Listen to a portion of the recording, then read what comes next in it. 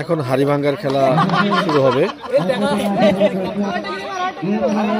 প্রথমে এই শান্ত, দেখা যাক আমাদের এই হাড়ি ভাঙ্গা খেলায় কতটুকু সাকসেস হয়, তিনি হাড়ি ভাঙতে পারে কিনা।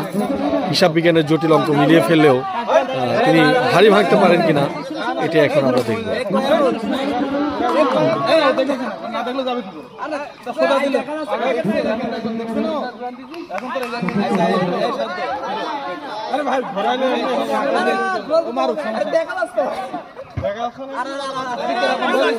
একবার ভেঙে দাও।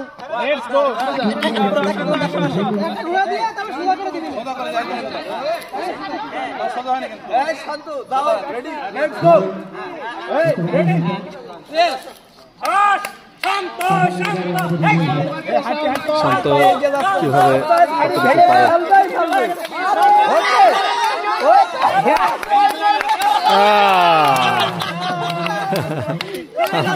শান্ত কিন্তু পারলেন না, তার ডিস্টেন্স ছিল এতটুকু।